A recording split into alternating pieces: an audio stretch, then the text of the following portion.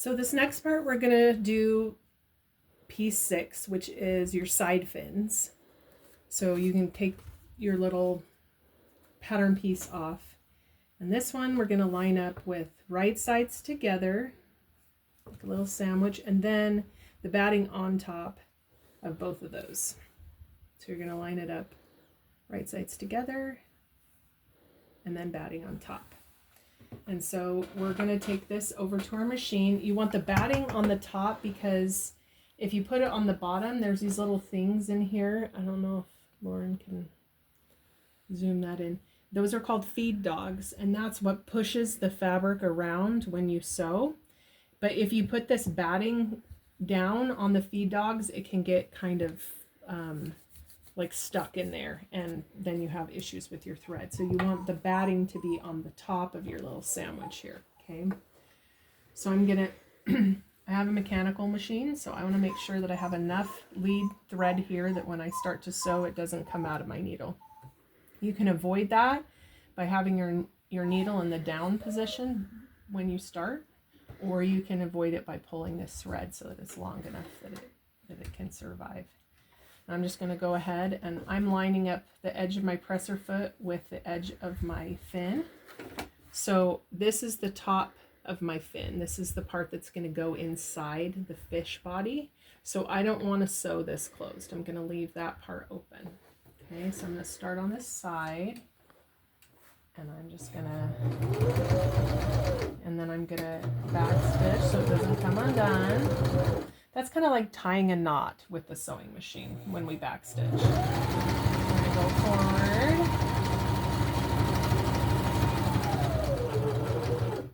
Okay, and I've got to that corner.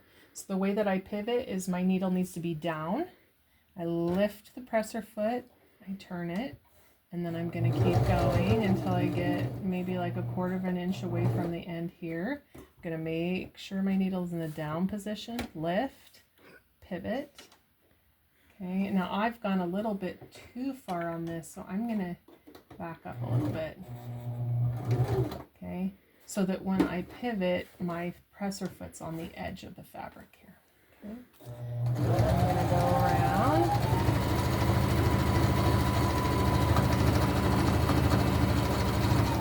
To the next corner, and I may have gone too far, but that's okay. Nope, I didn't. Okay. Pivot, and put the needle down, pivot. So the way I'm putting my needle down is I'm using this over here to turn it so that the needle goes in the down position. Okay. And then we get to the end here, and I'm going to back stitch to lock it in.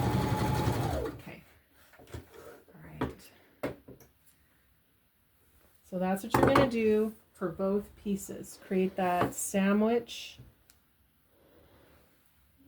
The sandwich. Ooh, let me cut it out. They weren't separated. Okay.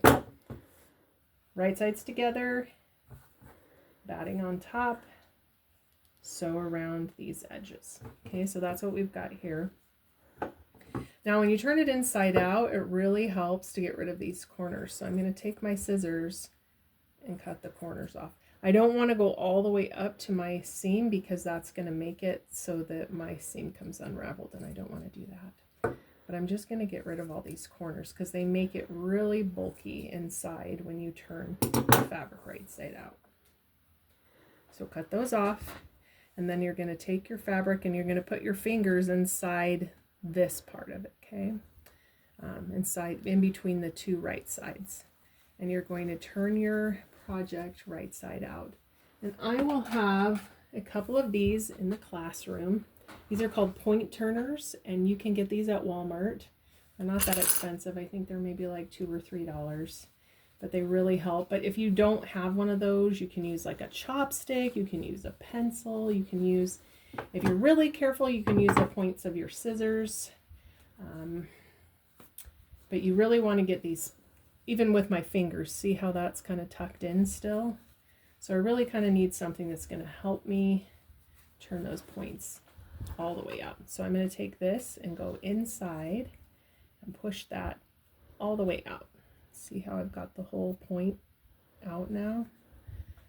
I'm going to do that on all the corners. So I've got a corner over here, I've got a corner over here. Okay, so now I've got my fin.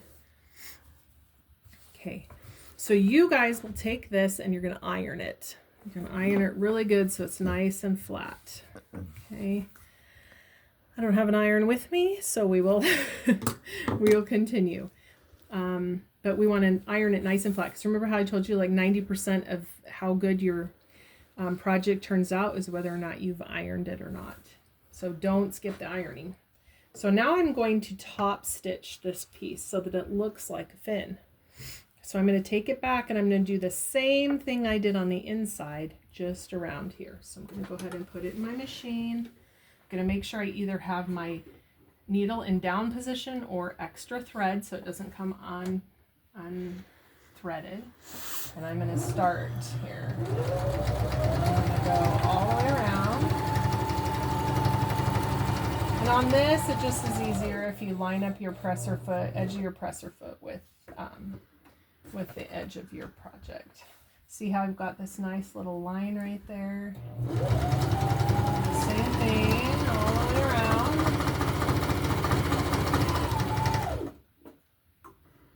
Pivot.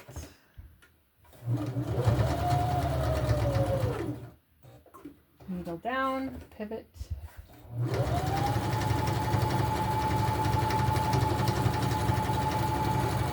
And I back stitched to lock that off. Okay.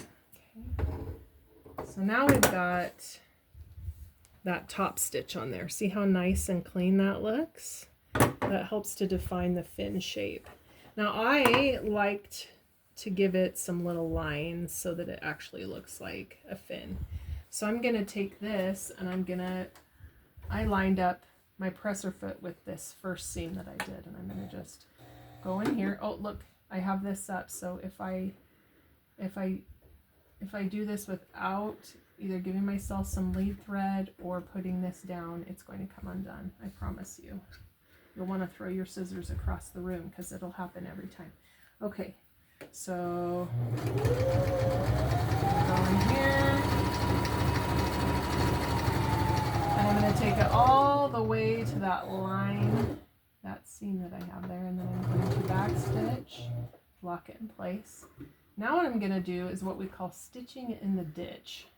So I'm going to try and hide my new seam by sewing right in my previous seam. Okay, so I'm going to line up my needle so that it goes right on top of that first seam. And I'm going to start sewing for a few minutes until I get where I want my next fish scale thing to look. Okay. Back it up just a little bit so it's right on there. And then I'm going to take it up into here. Now this is the seam allowance part of the fish thing, so I can just go here. And then I can decide how far I want it to go. Maybe I want to go this direction this time.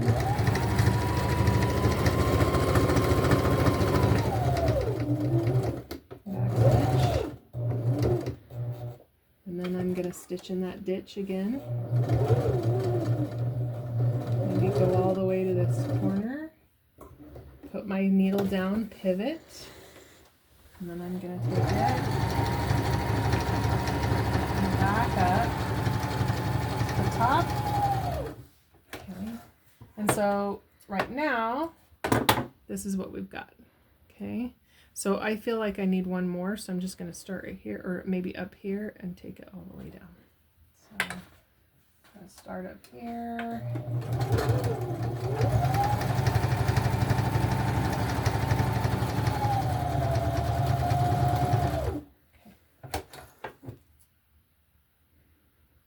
And I back stitched at the end there so it doesn't come unthreaded. So that's how my fin ended up looking. You can make your little lines any way you want. If you wanted to curve that and then have like this little one right here, put like some extra ones right here.